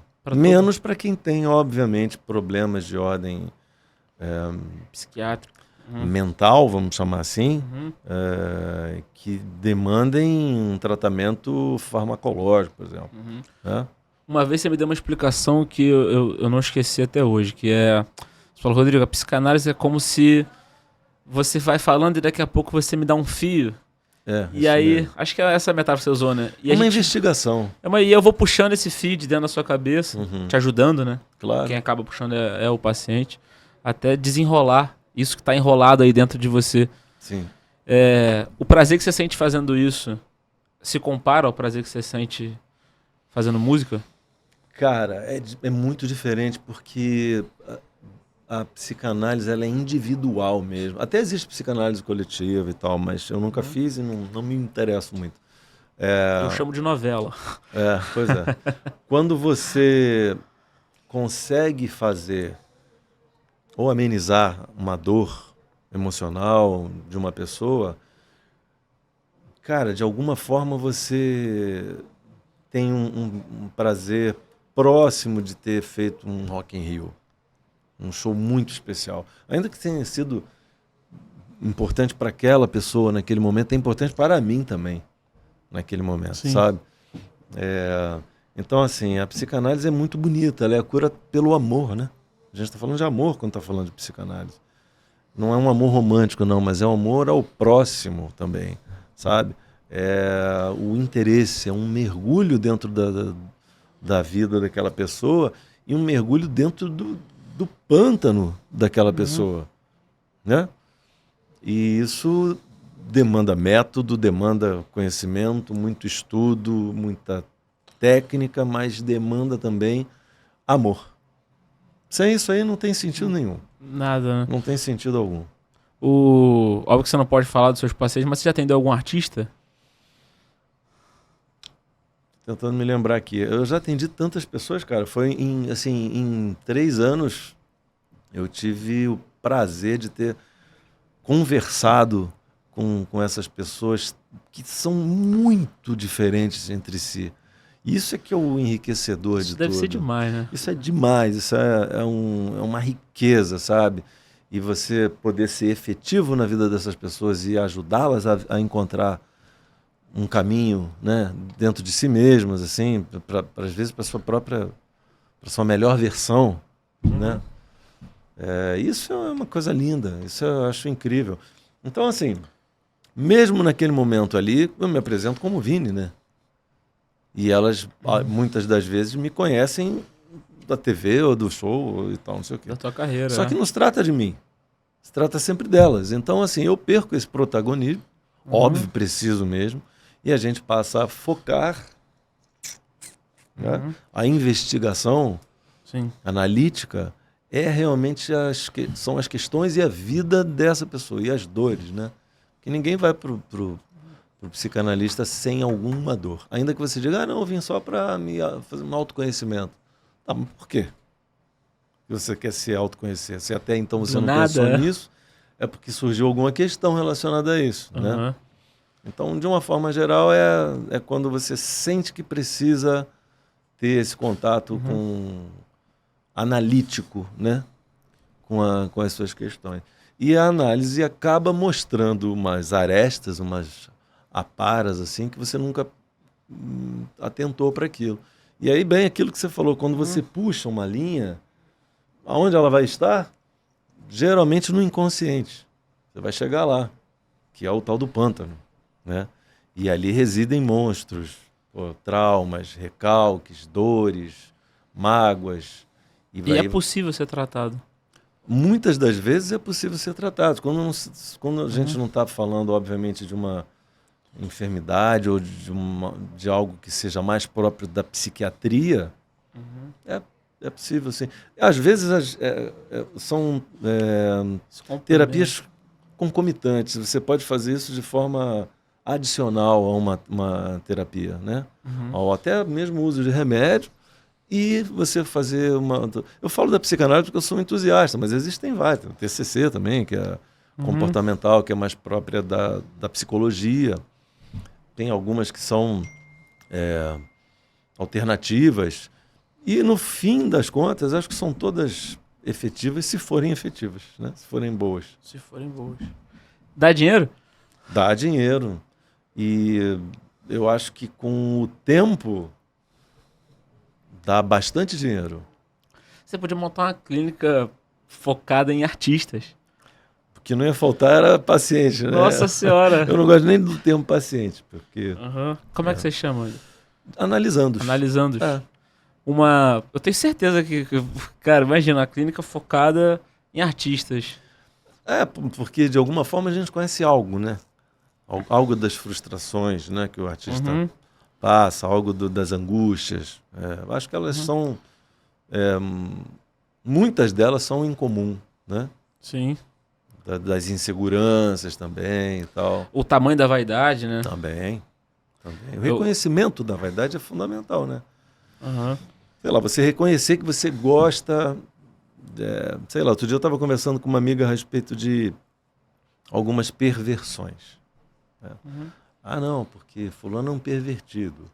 Fala, tá, se a gente pode olhar com um pouco mais de empatia, se for possível, um beijo na boca já é uma perversão. O beijo na boca não existia na natureza, aliás, ela não existe em nenhuma outra espécie. O beijo na boca é uma forma de expressão própria da cultura, e aí eu não vou saber te dizer se ocidental ou oriental, mas é de uma cultura. Sim. Né? Você associa o beijo na boca ao amor, ao sexo, à carícia, ao envolvimento e tal, mas como é que surgiu o beijo na boca? Quem foi o primeiro ser humano que falou, gostei dela, vou beijá-la na boca? Por quê? Da onde veio isso? Existem muitas hipóteses. Uma delas é que isso tenha ocorrido por conta do alimento passado da mãe para o filho. Caraca. E a partir daí um vínculo amoroso, não é? E isso se desenvolveu e em algum momento um adulto fez o mesmo com um outro adulto. E isso passou a ser um símbolo de, sei lá, de carinho, de amizade, consideração, de uma série de outras, de amor. E chegamos ao Carnaval do Rio de Janeiro, onde se beijam 60 bocas por dia. Onde a gente alimenta muita gente, né? Então, não sei se é isso, isso é óbvio, é uma teoria, mas eu acho que é uma teoria interessante. Interessante. Né? É uma questão, talvez, muito cultural também, né? Porque eu me lembro, assim, em outros países do mundo, você vai na noitada, sei lá, Estados Unidos, você não vê as pessoas beijando na boca. No Japão? Assim, é raro. Você vai na noitada Brasil, é normal. É extremamente normal. Então... A minha esposa acabou de vir do Catar. Ela esteve na Copa do Mundo trabalhando na produção. E no Catar você não vê sequer as pessoas darem as mãos. Os homens sim, mas um homem e uma mulher não dá a mão. qualquer demonstração de afeto e carinho é intolerável. Caraca. Estou falando nesse país especificamente. Não estou falando no mundo árabe. É muito vasto e são muito distintos. Mas é uma coisa cultural. O beijo na boca é cultural. Sim. Ele pode ser considerado uma perversão quando você pensa que isso não é algo que está impresso de alguma forma no nosso DNA, ou que nasceu conosco. Porque, né? Se você não visse ninguém fazendo, você não faria. Por que você daria um beijo na boca de outra pessoa? Né? É cultural, isso faz parte da nossa forma de demonstração de afeto, carinho e tal. Você falou agora da sua esposa e me veio à mente o seguinte: você acredita que para manutenção na sua família, o fato de você ter tirado um pouco o pé da carreira artística ajudou ou não? Isso nunca afetou muito? Porque eu imagino que você tá na estrada, né? Pelo menos assim, eu cresci com um pai longe, claro, porque vivia na estrada. Então, mal via meu pai. Então, eu imagino pro seu filho também, que deve ter passado de repente por isso. Sim. Você acha que, de repente, ter escolhido a carreira acadêmica e tirar um pouco o pé, isso ajudou na manutenção da tua família? Isso pode ter ocorrido, mas isso não foi o motivo pelo qual você foi? Eu escolhi ou decidi, naquele momento, me dedicar à vida acadêmica. Foi um desejo e uma oportunidade também. Falei, bom, estou vendo os holofotes se apagando, né? Estou vendo os shows esvaziando. Estou vendo que o momento agora é de focar o mundo, a mídia, focar em outros artistas. Eu estou sentindo dificuldades em ter a mesma quantidade de show, de dinheiro e tudo. Então, eu vou aproveitar esse tempo. Ao invés de me debater com isso e me angustiar com isso, eu vou tentar empreender. De novo, né? De novo, em outra coisa que também me interessa. E eu acho que isso me fez ficar mais tempo em casa, também, óbvio, mas a família da gente é uma microfamília, né? Eu, minha esposa e meu filho. Estou falando da minha família do dia a dia. Não a nuclear, né? No que é a mãe, pai e tal. Estou falando da minha família constituída. A gente sempre foi muito unido, mesmo às vezes à distância. Eu sempre estive muito próximo do Luca. Ele recentemente tá e ainda tem a residência dele, é um cidadão de Lisboa. Português. Em português, exato. Por acaso, agora ele está aqui no Brasil, a gente está até tocando, e eu estou achando demais essa nova relação, assim, né?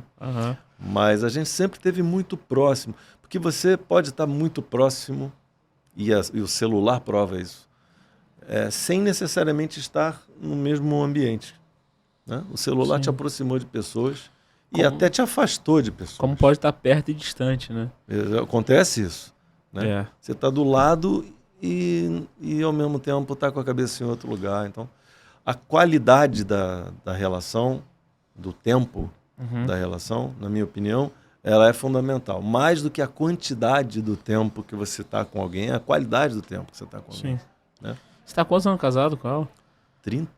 Vai fazer 32 anos esse ano. Caraca. Tempo pra caramba. No mundo artístico é mais tempo ainda. Vale por uns 100 anos. Vale por o tempo e espaço. É verdade. Caraca. Olha quem acabou de chegar. Aí, a gente falando dele. Olha ele aí. Meu irmão, um dos maiores empresários do Brasil. Pai desse cidadão que está aqui. Quer dar um alô aqui, não? Quer dar um alô aí, ó.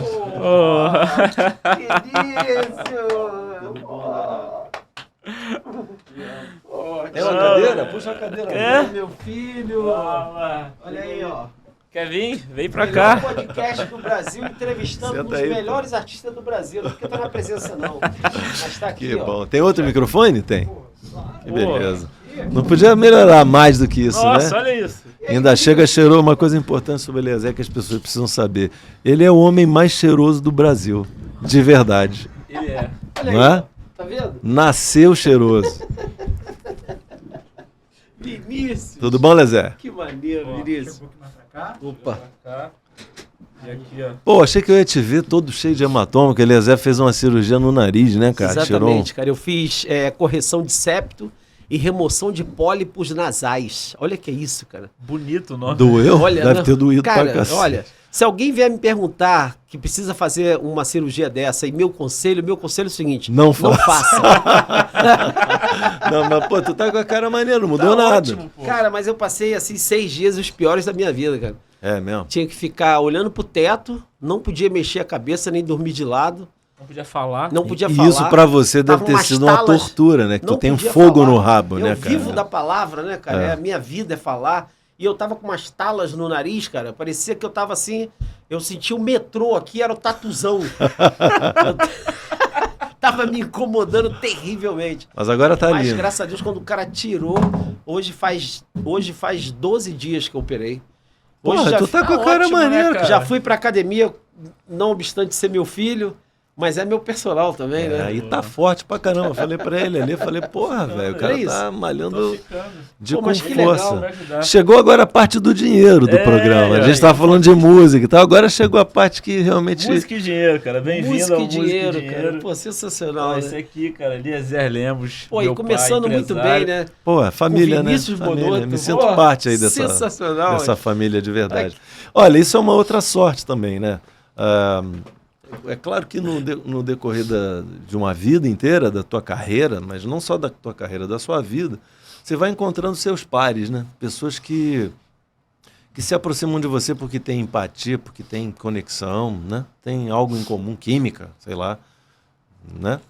E essas pessoas, cara, elas fazem parte do teu exército, sabe? Mas que esse exército não deixe de ser crítico também. Porque a gente também, né, exército, sempre tivemos essa característica e possibilidade, né? Que é deixar aberto o espaço para o cara chegar e falar assim, pô, acho que isso aqui você não devia fazer. Acho que isso que você está fazendo está errado. Ou se você pensar de outra forma, você já pensou nisso assim e tal. Então isso que são as pessoas que vão chegar para, sabe, para te fortalecer e te tornar mais sábio mesmo, né? Isso é de repente, um episódio que eu queria fazer, já de repente uma ideia, que é a relação artista e empresário. Aham. Porque acho que, assim, tem muita gente que talvez por desconhecimento ou pelas histórias ruins que tem no meio, acha que essa relação ela é sempre tensa, ela é sempre muito em volta só do dinheiro. E eu cresci vendo vocês dois nessa relação, Sim. artista e empresário, uma relação super positiva, super amigável, É mesmo. super justa. Pode crer. E... Zezé faz parte da minha vida, eu falo isso de coração e de verdade. Não apenas a minha vida artística, né? Mas a minha vida pessoal. A gente, independente de tudo que está aqui, nós somos amigos, a gente torce um pelo outro. Irmão, né? Exato. Isso é uma sorte, isso não vai acontecer sempre e com qualquer artista ou com qualquer empresário. Isso é uma sorte. Claro. Agora, eu acho que parte do que a gente falou, a tua conduta, né? O amor que você sente pelas pessoas, a tentativa de fazer o melhor, né? Não só para você, mas para as outras pessoas também. Tudo isso te aproxima de pessoas legais, né? O oposto disso, não sei, não conheço. Gosto de pensar que não conheço, mas eu suponho que você acaba atraindo para perto de você pessoas que são os seus pares, que pensam um pouco parecido com você. É muito difícil, me corrija se eu estiver errado, Zezé, você ter uma relação de amizade com um artista que você não admira muito como pessoa. Ah, é verdade. Você tá coberto de razão. Né? E você já teve quantos Muitos. artistas no teu cast? Centenas. Centenas. Se olhar para trás, Centenas, assim, né? a tua ficha Nossa corrida é grande, né? Eu acho que essa relação empresário e artista, entendeu? Ela é muito instigante, né? Intrigante. E é, assim, muito, muito delicada também, entendeu? Porque nem sempre você quer ser amigo do artista que você trabalha. Uhum. Isso acontece com todo mundo, entendeu? Não sei se vocês viram o filme recentemente. Cara, é bom, mas não curto ele de jeito nenhum. É possível. Você também já deve ter sentido algo parecido. Já senti. Com os artistas que você produz e representa. Tem uma história, eu adoro histórias, né? Você tem uma história que você conta, não lembro exatamente quem na indústria. Não precisa de citar. Mas Às que vezes chegou numa gravadora Ah, e começou a passar um pente fino nos artistas, né? Que estavam ali na gravadora. Falou, pô, e esse aqui? Pô, esse aqui, cara, não vende disco, mas, pô, ele é gente boa pra caramba, uma pessoa maravilhosa. Legal, esse aqui. Pô, esse aqui, cara, a mãe dele traz um bolo toda terça-feira. Pô, a mãe faz um bolo de fubá maravilhoso. Cara, é sensacional. E esse cara olhando o cast todo da gravadora, que tinha uns 80 artistas, ele querendo saber... Querendo quem limpar, era. né? Querendo E esse limpar. aqui, esse aqui, e esse aqui. Cara, Fala perto aqui. esse pessoa boa, cara. Se você precisar até, sabe, um delivery vai na sua casa e lembra e tal. E o cara... Só que essa lista era só de artista que não vendia o disco. Que não dava dinheiro, né? Aí ele falou, vem cá, tem algum mau caráter nessa gravadora que venda disco? Isso é muito boa, cara. É porque a gravadora, infelizmente, o mundo lindo seria esse, né? É isso. Mas a gravadora vive de recursos, né, cara? De venda, Isso é força de expressão também, né? Algum mau caráter. Algum cara lógico, que se dedica mas a piada é boa. A piada é boa. Pra poder vender, né, cara? Claro. Porque às vezes... Não, você vai fechar as portas, né, cara? No final das contas, você vai fechar as portas. Mas é uma relação extra, vamos chamar extra classe. É uma coisa que, lógico, você tem que ser um artista que... Hoje nós não estamos trabalhando juntos. Mas essa relação que a gente está falando, ela é perpétua. A gente vai ser velhinho e isso vai acontecer. Então, assim, pode ser que eventualmente esse artista não esteja vendendo disco, mas amanhã, se por acaso ele estiver vendendo disco e ele te procurar, cara, o gozo é duplo. Não, porque você não está só trabalhando. E essa piada também, ela só faz sentido para aquela época, né? Que existia disco. Hoje não tem mais disco. Né? E gravador. Hoje tem gravador ainda? Vai vender disco, tem gravador. E funciona como tal ou já mudou também mas a relação? muito Não é exatamente igual né? naquela época, mais. mas... Não se vive mais em função do artista que vive disco, né? Vive em função do artista hoje em dia que cria conteúdo, né, cara? Mas é um novo disco. É um novo disco. O conteúdo é um novo disco, né? Exatamente. Eu tenho, as novas pessoalmente, mídias, né, muito interesse em compreender como essas coisas se dão hoje, não por conta de algum interesse pessoal, de querer fazer também. Não, cara, é só por uma questão de entendimento. Porque pra entender, isso, né? Claro, como é que as isso pedras se estão reflete movendo, em né? tudo, não é só na música. Na sociedade, Pois é, o que existe hoje, por exemplo, de possibilidade de você viver em outro país e trabalhar aqui no Brasil, por exemplo, são os nômades digitais, né? Uma coisa que, sei lá, 10 anos atrás era impensável. Não era você poder morar num lugar, por exemplo, a Tailândia, que dizem que é um paraíso, porque a internet é sensacional, um lugar seguro, um lugar barato pra caramba, comida boa, praias maravilhosas. Você vive no paraíso e continua trabalhando numa empresa. E você, tá num computador, tá ligado? Então, assim, isso, pra mim, é a concretização de uma possibilidade que há tempos atrás não existia. E isso, quem possibilita isso é a tecnologia. A liberdade, né? Acho que... Então a música também é uma dessas coisas. Né? Eu acho que na pandemia também isso ficou muito claro, assim, né? A quantidade de lives que começaram a rolar, que é essa possibilidade que eu acho que mantém até hoje. Se você, cara, tocar para uma empresa, a festa de final de ano da empresa de Manaus, você entra num estúdio aqui no Rio de Janeiro e você faz um show pra galera de Manaus. Então... Sim. Você vê como a gente estava errado, né? A gente achava que no futuro nós íamos ser hologramas, que a gente ia aparecer nos ambientes físicos como se estivéssemos lá e a gente estaria em outro lugar. Não, porque mudou tudo. Inclusive a demanda também fala, não quero que o cara apareça aqui como holograma. Eu ligo a televisão ou ligo o computador, ou o meu celular. Não precisa estar aqui. Bota um fone de ouvido e sinta a experiência ali. Pois é. A gente, antes de você chegar, estava falando muito de... Falamos um monte de coisa, né, gente? Falamos pra caralho. Falamos de... Pode falar palavrão? Pode. Isso aqui foda-se. chamar o Billy aqui depois também. Diz o Billy, o tecladista da Blitz, né? Foda-se! Que foda-se é libertador, né? A gente falou muito de saúde mental, de propósito, de trajetória, né? Sim. E, cara, até no começo eu falei com o Vini que pra mim é uma honra, assim, né? Estar conversando com o Vini hoje, na posição de entrevistador, de podcaster e relembrar tudo isso. E lembrei dele, ele indo pro shows, o lance dele com a sobrancelha. Que eu ia assim, né? Quando dobrava, né? Vocês devem ter várias histórias, né? Não, o Vini tem outras particularidades, né, cara? Que ele ainda conta poste também no ônibus. O ônibus vai passando, ele vai contando os postes. Aí você vai, eu ia chegar perto dele só pra quebrar a contagem dele. Mas então, Vinícius, o que tu acha disso? Ele voltava.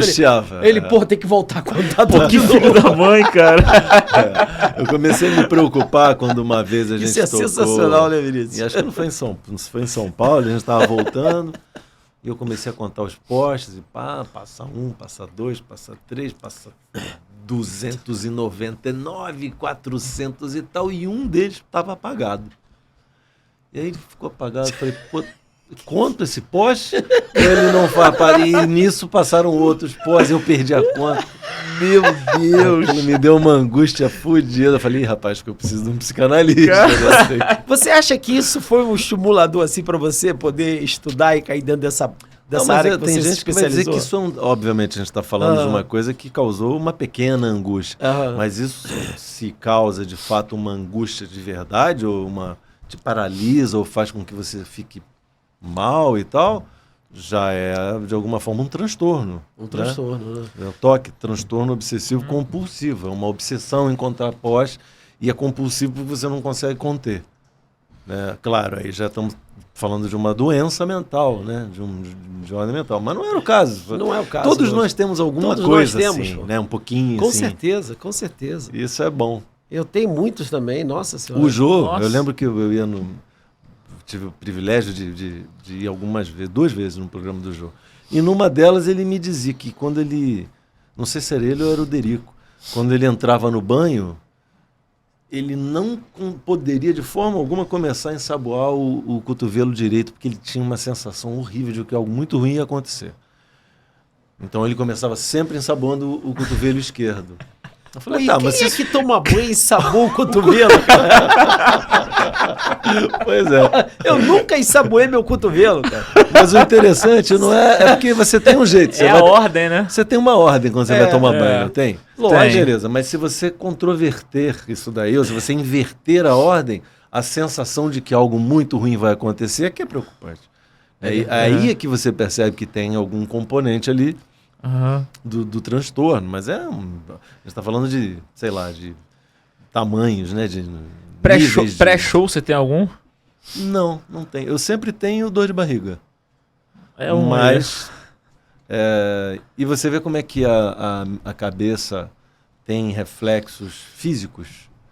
Porque a dor de barriga, ela é por conta de uma sensação que é derivada de um pensamento. Caramba, hoje tem que tocar daqui a 2 horas. Na hora me dá dor de barriga. É uma reação física, né? É verdade. Um A pensamento. agenda cheia te deixava apreensivo, né, Também, Vini? muito. Que loucura, né? Quando eu era seu empresário, cuidava da sua carreira, Verdade. e aí eu Zé. passava pra você, aí você falava, e aí, Lezé, como é que tá a agenda? Eu falei, Vini, nesse mês a gente tem 12 shows. Eu acho que ali eu já te fazia mal, que você já começava a pensar em casa. Nos 12 Pô, tem já. 12 shows pra fazer, como é que vai ser isso? Você sabe que o Rodrigo já seguiu muitos shows desse nosso na estrada, Eu né? sei, a gente estava falando disso. Ele aí, falou né? de... qual o nome da cidade que você sempre fala? São José do Mantimento, cara. Isso me marcou. Isso A gente tocou lá? tocou. Foi. E O prefeito era o anão. prefeito era um anão. Era um anão. Cara, Não lembro isso é disso. quase uma É. história assim na minha infância. São José do Mantimento. São José do Mantimento. Eu lembro de uma história que foi muito triste naquele momento e que hoje ela é só curiosa. A gente foi fazer a maior festa católica do planeta, porque a gente está falando vem de Nossa Senhora de Aparecida. Nossa Senhora Aparecida, é. Vem romeiro de todo Eu canto que coloquei, do mundo. eu era seu empresário, eu que vendi. Você vai falar a história Pois que eu vou bem. deixar você contar. E aí, eu tinha tido, na noite anterior, a gente tinha feito um show e o nosso técnico de som, é o Dudu, meu irmão também, ele falou, cara, não deu tempo de passar o teu in-ear. Porque, o cara tava atrasado e tal, não sei o quê. Eu falei, Dudu, então é o seguinte, a partir de hoje... In-ear, pra quem não sabe, O é in-ear, fone de ouvido. fone de ouvido, um tem monitor. retorno, né? Eu falei, então a partir de hoje, Dudu, foda-se o que estiver acontecendo no planeta. Você tem que passar o som tanto no chão aqui dos nossos monitores, quanto o in-ear, porque isso é o que dá segurança pra gente na hora do show. Beleza? Beleza. Ele ficou com essa incumbência, né? Eterna de fazer essa passagem no som. E nós fomos para, por acaso, fazer a maior festa católica do mundo, que é essa de Aparecida lá. Estava o Dudu passando o som. Alô, com o PA aberto. O PA, para quem não sabe, é o Power... Não sei se chama Power Amplification, uma coisa assim. É o som da plateia. É o som. São Que vai aquelas pra plateia. caixas que vão para a plateia, enormes, potentes, né? E aí veio correndo lá de dentro da catedral, né? Catedral não, Da Basílica. da Basílica. É do Uma santuário, basílica. né? do santuário. O Alguém cardeal ali do lá. cardeal, não sei Tem quem um é. ajudante do Por cardeal. favor, desliga o som, tá atrapalhando a missa. E o Dudu tinha essa incumbência, que a gente tinha falado na noite anterior. Falar, não que caia o mundo, mas isso você tem que passar. O cara falou, meu irmão, vou ter que passar o som, desculpa. Mas é o bispo, não sei o quê. E o PA, ele capta o som através do microfone, e como tem muita potência, aquilo... Nossa, fica pra Aparecida inteira. Vai pra que eles começaram a discutir. O cardeal e o Dudu. Que vai passar, que não vai passar, eu vou desligar. Falando, então sobe aqui que eu quero ver tu desligar esse PA. Não, tu tem que desligar porque tá atrapalhando a missa. O padre, não sei o quê. Ele fala, vai tomar no cu você e o padre também, eu quero que você foda. Claro. Ou seja, nunca mais eu voltei a tocar na festa de Aparecida. E eu desconfio que essa seja uma das razões. Olha, pessoal, de Aparecida. Pô, lamento, mil foi perdões mal entendido, aí. 1000 perdões. Isso é culpa do Dudu. A culpa é do Dudu.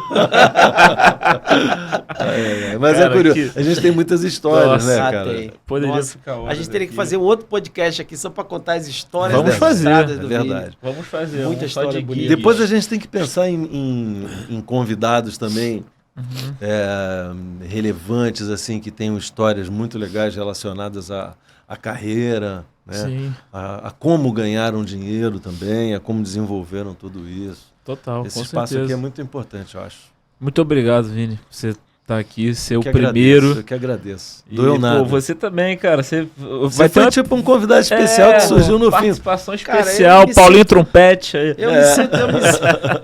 Esse é um DVD ao vivo que o Vini fez, maravilhoso, com várias Verdade. participações. É. Tive esse Que privilégio. DVD maravilhoso, cara. É Para mim é um privilégio estar aqui no primeiro podcast e ter a presença aqui do Vinícius, meu artista Ó, o eterno, meu Vinícius. amigo amado e querido, É isso. É meu isso. amigo, meu filho aqui. Boa sorte, viu? Isso aqui com certeza vai ser um sucesso É, cara. estrondoso. Eu espero que você Obrigado. tenha muito boas conversas, sabe? Que você consiga levar para a galera um pouquinho do que você está vivenciando também. Você é muito menino ainda, mas você já está nisso há muitos anos, né?